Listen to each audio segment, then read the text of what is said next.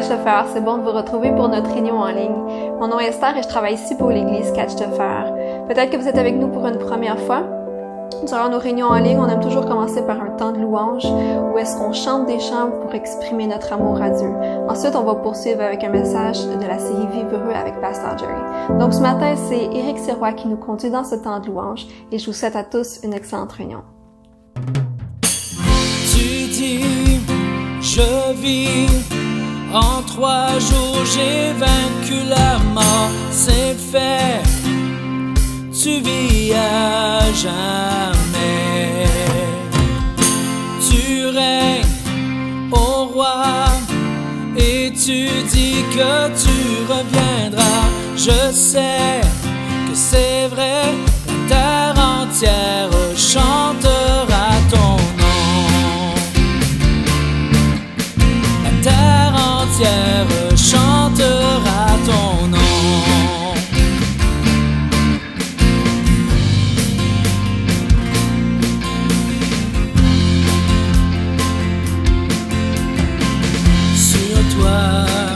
Tu pries nos péchés au roi et tu donnes à ta vie ton sang pour moi. Tu vas à la croix pour nous sauver. À jamais ton amour nous a changés. Je vis, en 3 jours j'ai vaincu la mort, c'est fait, tu vis à jamais. Tu règnes, ô roi, et tu dis que tu reviendras. Je sais que c'est vrai, la terre entière chantera ton nom. La terre entière chantera ton nom.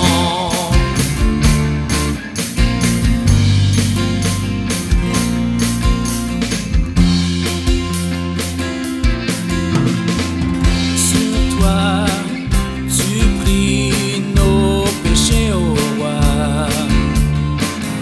et tu donnes à ta vie ton sang pour moi. Tu vas à la croix pour nous sauver. À jamais ton amour nous a changés. Tu dis, je vis, en 3 jours j'ai vaincu la mort, c'est fait, tu vis à jamais. Tu règnes, ô roi, et tu dis que tu reviendras. Je sais que c'est vrai, la terre entière chantera ton nom. La terre entière chantera ton nom. La terre entière chantera ton nom.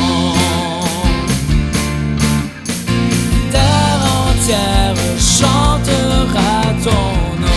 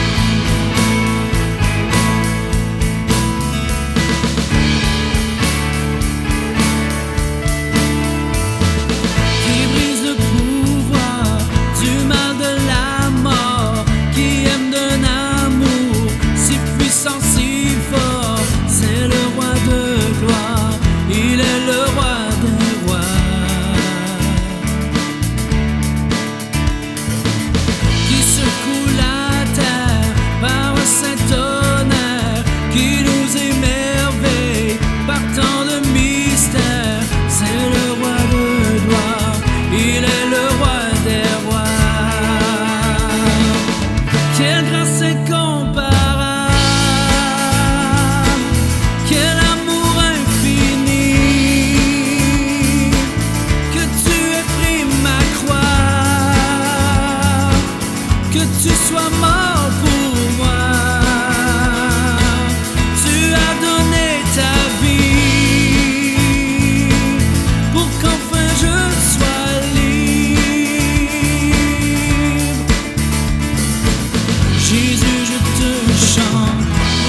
que tu as fait.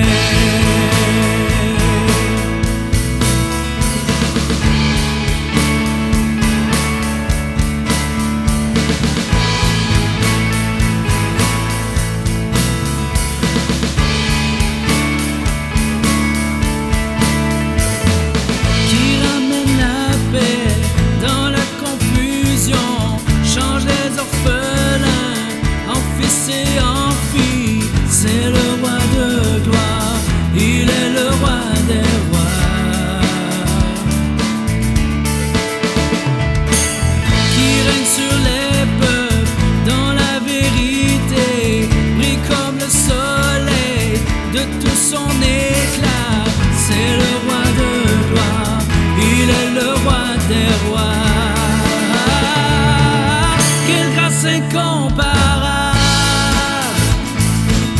quel amour infini, que tu aies pris ma croix, que tu sois mort pour moi. Tu as donné ta vie, yeah, pour qu'enfin je sois libre. Oh, Jésus, je te chante pour ce que tu as fait.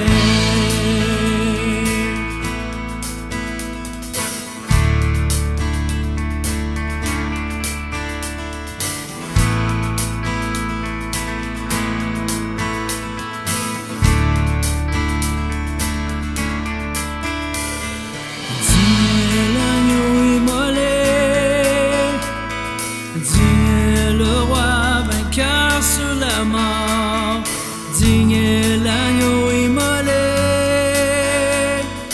digne est le roi vainqueur sur la mort, digne est l'agneau immolé,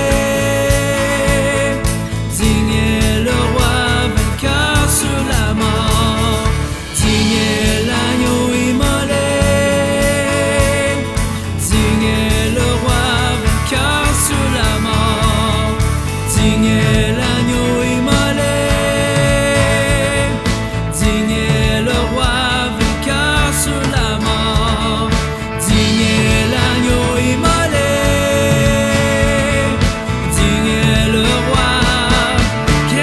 Incomparable, quel amour infini,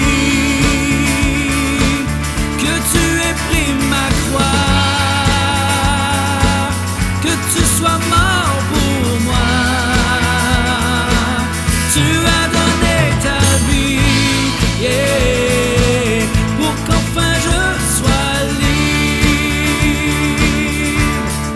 Oh, Jésus, je te chante pour ce que tu as fait.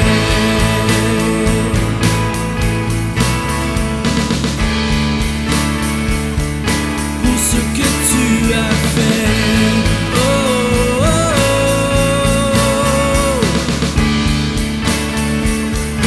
Pour ce que tu as fait.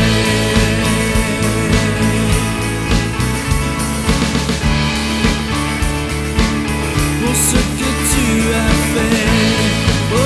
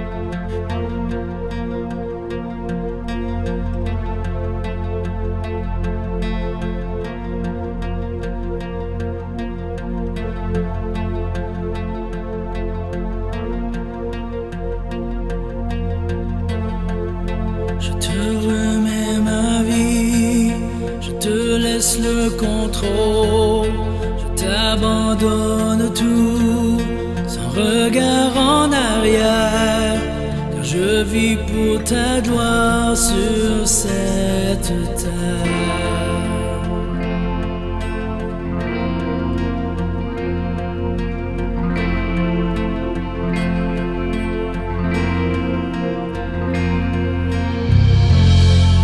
Cet élan dans mon âme, cette passion dans mon cœur, que les nations s'inclinent et que le monde croit, car je vis pour ta gloire sur cette terre.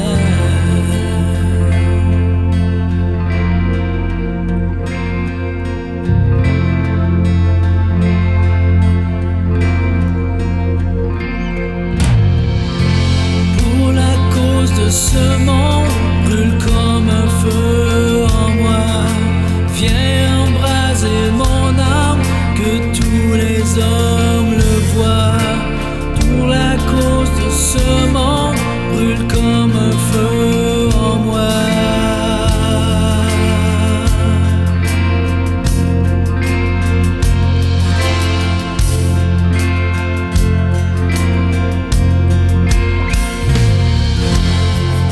Je te remets ma vie, je te laisse le contrôle, je t'abandonne tout, sans regard en arrière, car je vis pour ta gloire sur cette terre.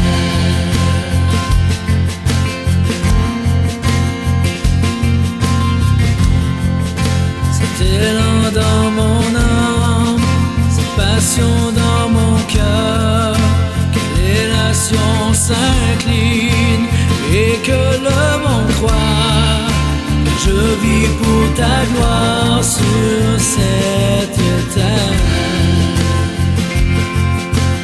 Oh,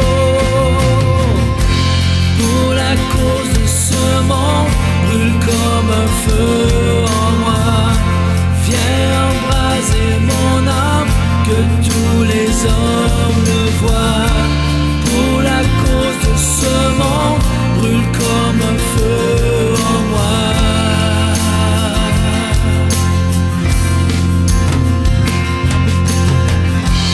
Pour la cause de ce monde, brûle comme un feu en moi, viens embraser mon âme, que tous les hommes le voient. Pour la cause de ce monde, brûle comme un feu en moi. Oh,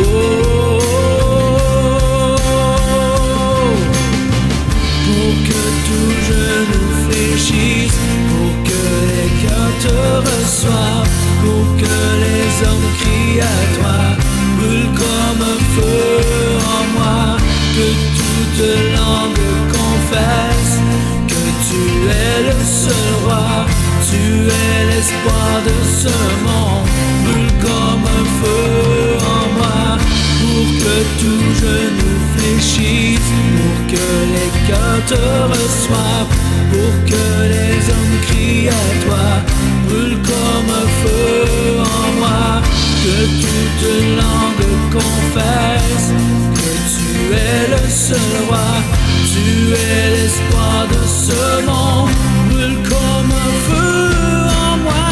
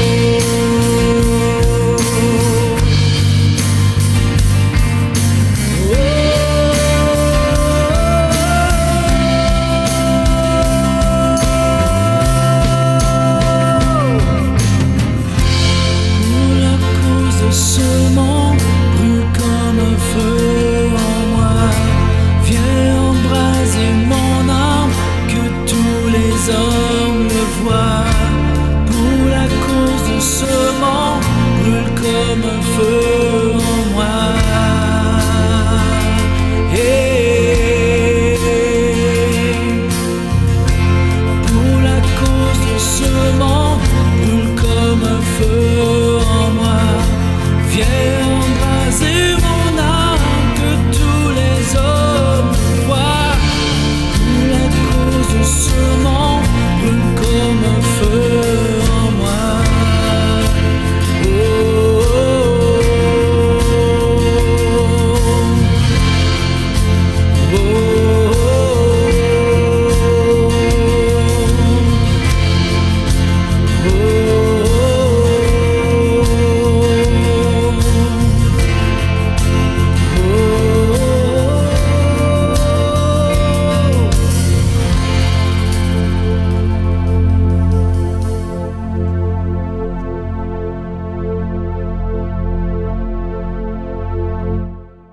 Merci Eric pour la louange.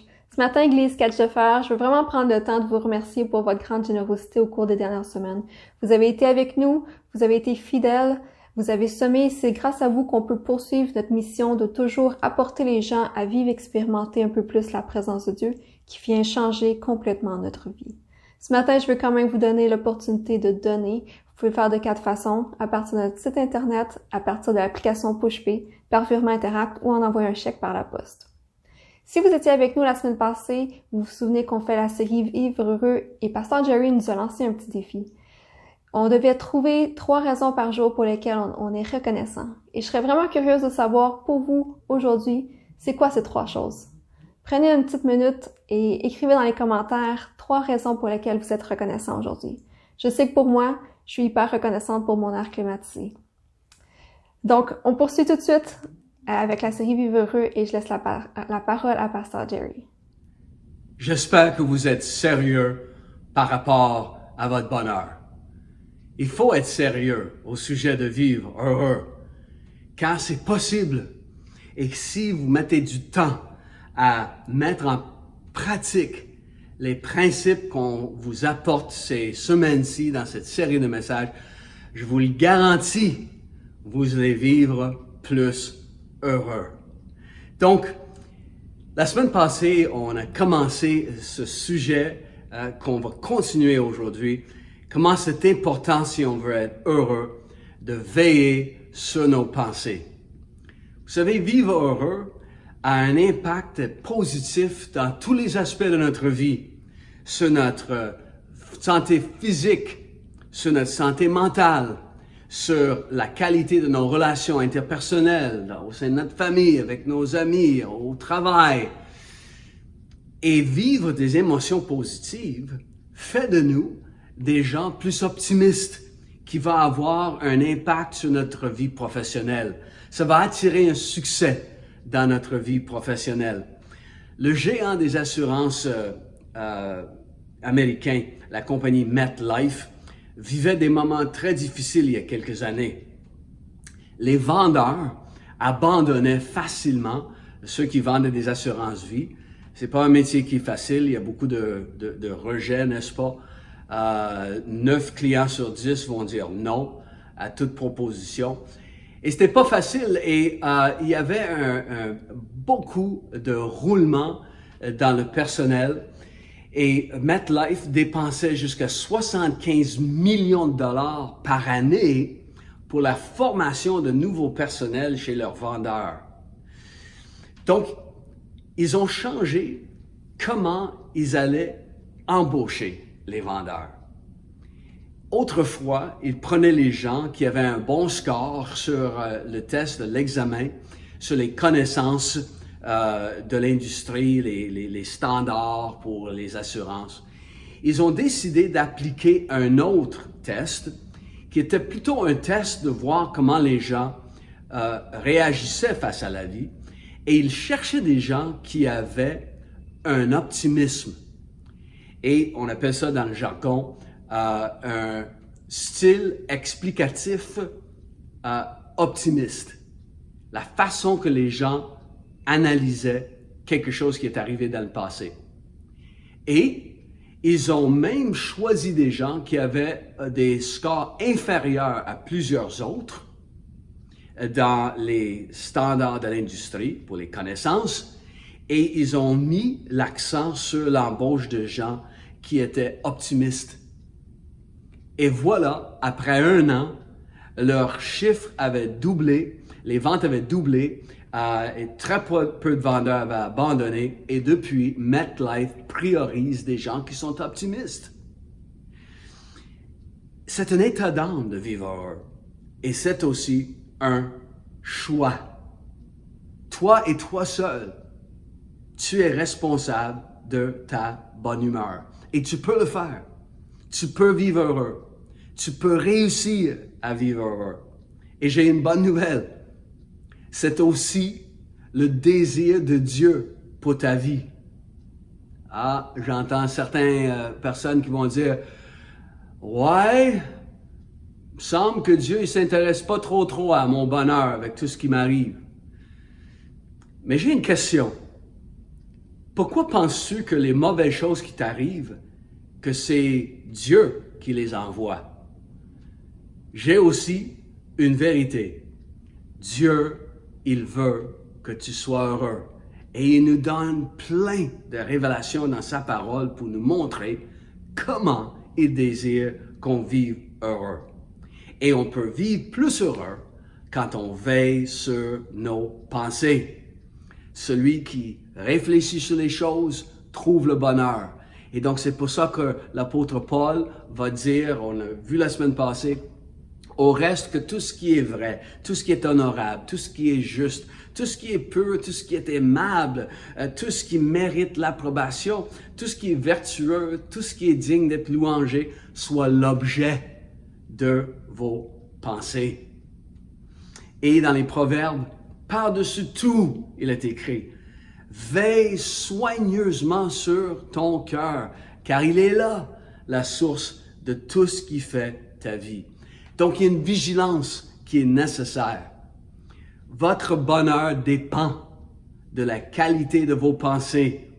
L'empereur Marcus Aurèle disait, « Ainsi, veillez sur elles et prenez garde à n'entretenir aucune notion impropre à la vertu. » Car plus on veille sur des choses qui peuvent venir et voler le bonheur qui est dans notre cœur, plus on est en mesure d'établir une toute autre culture de bonheur dans notre vie.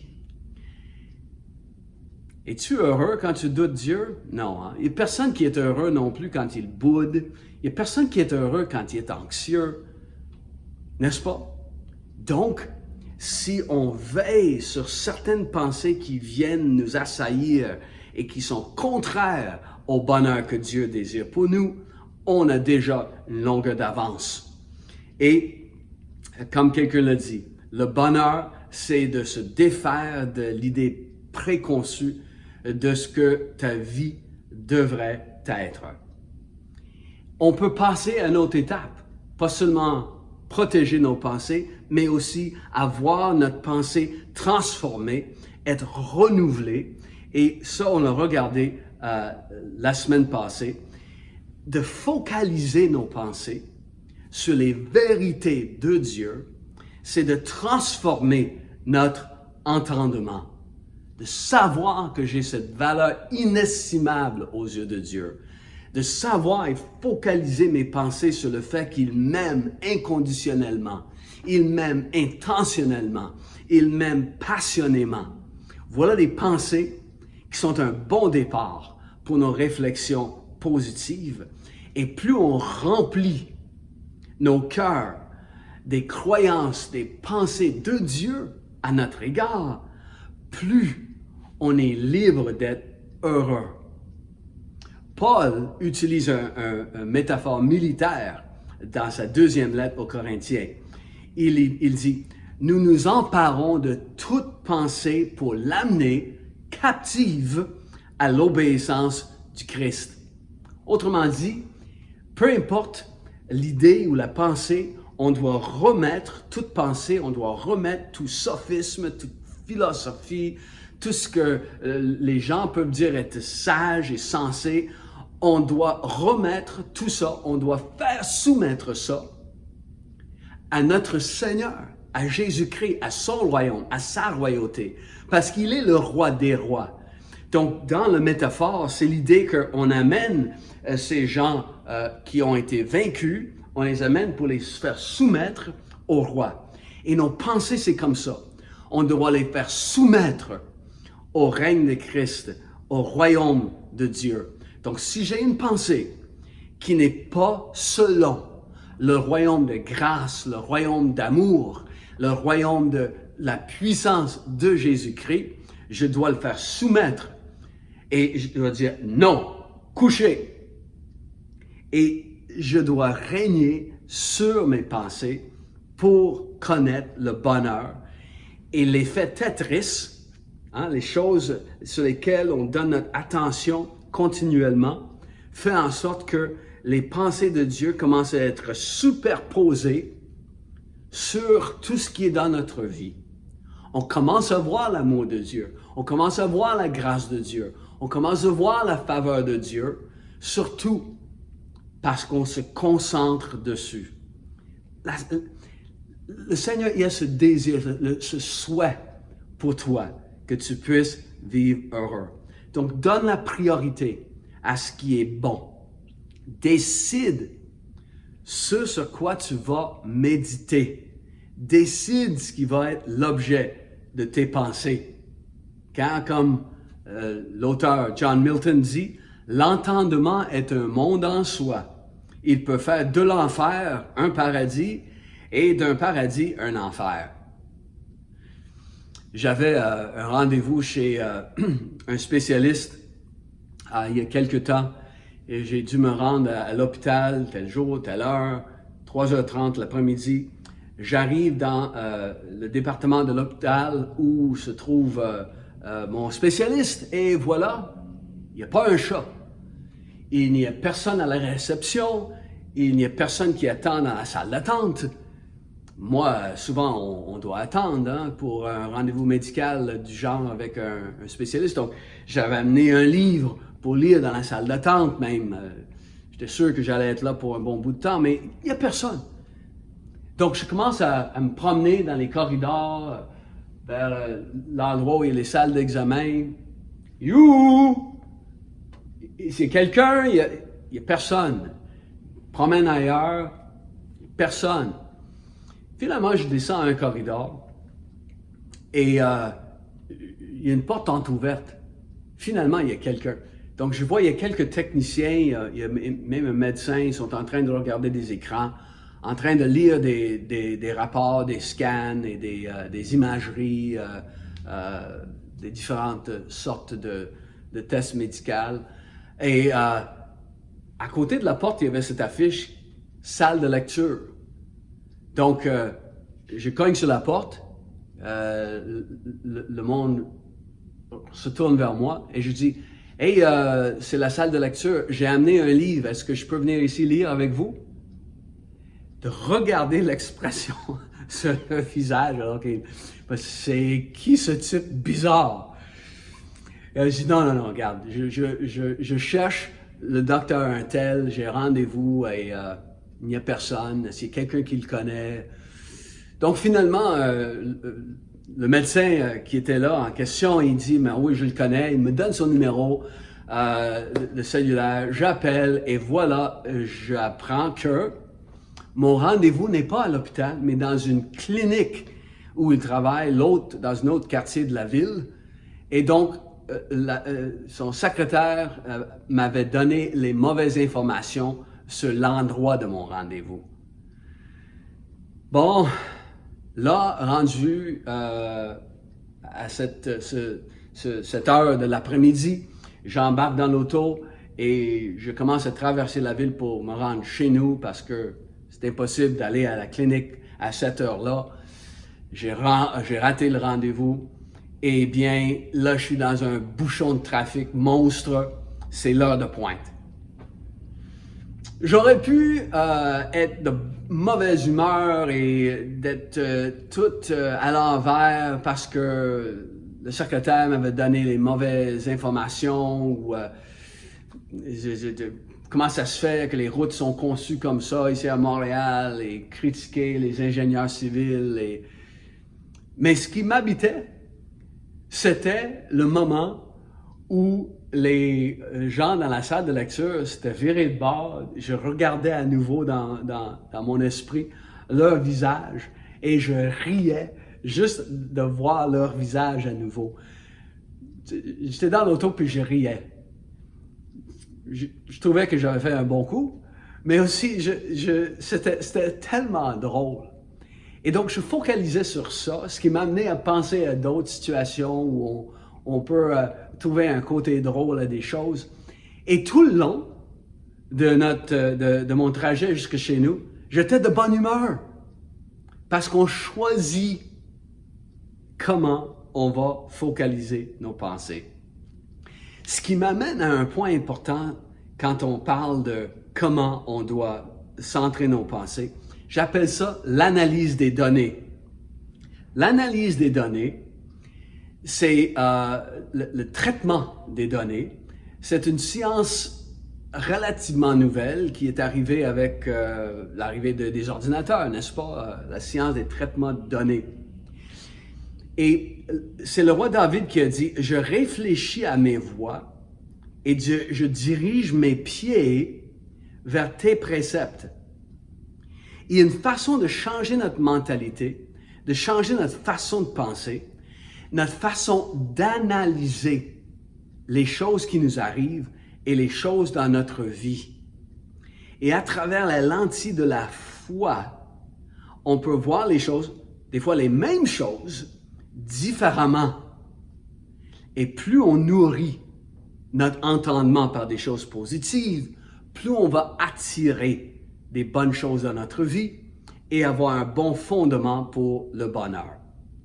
Donc l'analyse des données ou le traitement des données, c'est une science où on doit commencer par assembler des données, bien sûr, ensuite les organiser. Donc les gens vont commencer à faire des tables, des graphiques en barre ou en courbe, des tableurs Excel. Et ensuite, il faut nettoyer les données. Il faut enlever les duplications. Il faut enlever aussi des inexactitudes parce qu'on veut ensuite passer à une analyse de tous ces faits pour pouvoir développer des modèles et des algorithmes, analyser une stratégie, établir une stratégie et des gestes à poser. C'est le but de l'analyse des données. C'est de valider les choses qu'on reçoit pour pouvoir poser les meilleurs gestes. C'est important de valider notre analyse. Et pour nous, dans notre vie, on obtient de l'information par toutes sortes de manières. Bien sûr, par nos relations interpersonnelles, dans nos familles, nos amis, les choses qu'on nous dit, mais aussi les expressions faciales qu'on voit chez l'autre, les gesticulations, le langage corporel. On reçoit de l'information à travers les réseaux sociaux, à travers les médias, à travers des différentes expériences qu'on a dans la vie, même des phénomènes qui peuvent arriver. Et toutes ces expériences passées sont entreposées dans notre entendement, sont entreposées, sont stockées et sont là. Et elles font un travail de filtrage, qu'on le sait ou qu'on ne le sait pas, pour analyser les données. Même des fois, la conclusion à laquelle quelqu'un va arriver avec les mêmes données va différer beaucoup d'une autre personne. Je donne un exemple. Quelqu'un qui vit une situation traumatisante, quelqu'un qui a failli se noyer alors qu'il faisait du body surf dans l'océan. Bon, mais la prochaine fois qu'il est sur la plage et il y a des grosses vagues qui se montent, lui, à cause de son expérience, bien sûr, il va rester cloué à la plage. Hein? Mais son ami, qui n'a eu que du plaisir à faire du body surf, tout de suite, son désir, c'est d'aller se mettre dans l'eau et avoir du bon temps dans les vagues.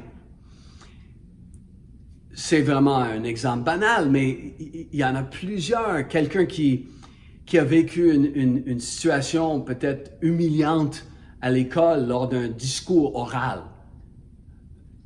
Maintenant, dans sa vie, va peut-être être très, très hésitant pour pouvoir donner une opinion en public, ou si la personne doit donner une opinion lors d'une réunion d'équipe ou autre chose, ou même faire une présentation, c'est vraiment difficile. Quelqu'un qui a été abusé, peut-être ta vie sentimentale, tu as connu des mauvaises expériences, et donc quelqu'un démontre de l'intérêt et tout de suite tu ériges un mur. Non, non, non, non. Vous savez de quoi je parle? Donc il y a des choses qui vont affecter les gestes qu'on pose, qui sont là à cause des expériences par le passé. Et ce qui est important pour nous, c'est de passer par cette partie de l'analyse des données qui est appelée nettoyer les données. On doit éliminer les inexactitudes et les imprécisions. Autrement dit, on doit analyser selon la vérité, savoir oui, Dieu est bon, Dieu est pour moi, il m'aime inconditionnellement, il m'aime intentionnellement, il m'aime passionnément, il a des bons projets pour moi, il veut mon bonheur. Et avec cela, on élimine les choses qui ne vont pas avec l'ensemble des vérités. Ça nous permet d'analyser ensuite et de poser un geste qui est selon les faits qui sont importants à notre analyse, de poser des gestes qui sont sensés et selon la vérité. Il est bon. Il est écrit à un autre endroit dans les psaumes, Dieu est plein d'amour pour tous ceux qui l'invoquent. Donc, Dieu, il est riche en amour, il regorge d'amour, il est plein d'amour. Si tu fais appel à lui, un autre endroit, c'est écrit, moi je suis pauvre et indigent, mais le Seigneur pense à moi. Wow! Mais peut-être que tu ne te considères pas important, tu te considères pauvre, peu importe. Mais pense à ça aussi, là. Que peu importe ton statut dans la vie, le Seigneur de tout l'univers, le même Seigneur qui est mort sur la croix, qui est ressuscité, il pense à toi. Il est de ton côté. Donc, c'est pour ça qu'il y a un verset qui dit « Autant les cieux sont élevés au-dessus de la terre, mais autant mes pensées sont au-dessus de vos pensées, dit le Seigneur. » Donc, c'est du gros bon sens d'aligner nos pensées aux siennes, d'aligner nos pensées aux vérités de Dieu. Et quand on fait ça, on peut valider une analyse qui est selon la vérité, qui nous aide à poser des gestes en confiance. Et j'amène un dernier point aujourd'hui. Quand on est plein de cette confiance-là, ça va nous aider à apprendre à tomber vers le haut. On sait tous comment tomber à terre, mais tomber vers le haut, c'est autre chose. Par tomber vers le haut, je veux dire la capacité de progresser, d'avancer, non pas en dépit des échecs et des obstacles, mais à cause des échecs et des obstacles. Quand notre perception de l'échec est une opportunité pour de la croissance, mais on va avoir plus de chances à vivre cette croissance avec l'obstacle. Pensez aux vendeurs optimistes chez MetLife. C'est pas toute chose dans notre vie qui arrive pour le mieux, mais il y a des gens qui profitent au maximum de tout ce qui leur arrive, même si les choses ne sont pas bonnes. Rajoutons à ça la vérité que Dieu, qui est pour nous, il fait travailler toutes choses, même les choses qui sont mauvaises. Il fait travailler ces choses ensemble pour notre bien. Et il peut tourner les choses en notre bien. Donc, l'adversité n'est pas une pierre d'achoppement, mais plutôt une marche pour t'amener plus haut. Le pilote de course Mario Andretti aimait dire que jamais il a connu un échec dans une course, parce que même s'il terminait en tout dernier dans une course, il avait appris quelque chose d'important, lui et son équipe, pour une prochaine course. L'obstacle devient une marche pour une plus grande réussite. Donc, il faut que notre cœur soit habité par des pensées qui sont positives, des pensées qui sont selon Dieu. Et la seule façon de devenir adepte à être rempli de pensées positives, c'est de pratiquer. Pratique, pratique, pratique. Comme un vignoble avait dit à mon épouse Marcia une fois, qui n'aime pas le vin rouge, elle voulait savoir comment on développe un goût pour le vin rouge. Elle avait dit, pratique, pratique, pratique. Il faut pratiquer de focaliser nos pensées sur des bonnes choses. Et vous allez voir que le bonheur va suivre. Donc, on va se voir la semaine prochaine pour un autre sujet très important et que Dieu vous bénisse en abondance avec tout ça. À la semaine prochaine. Merci d'avoir été avec nous ce matin. Si vous avez des questions sur ce que vous avez entendu aujourd'hui, n'hésitez pas à communiquer avec nous par courriel à montréal@catchdefer.com. Vous pouvez aussi nous contacter au travers de notre page Facebook. Aussi, si vous avez aimé le contenu, n'hésitez pas à vous abonner à la chaîne YouTube, à nous suivre sur Facebook, à commenter, à partager, à inviter vos amis à participer avec nous. C'est tout pour cette semaine. On va se voir dimanche prochain. Bye bye.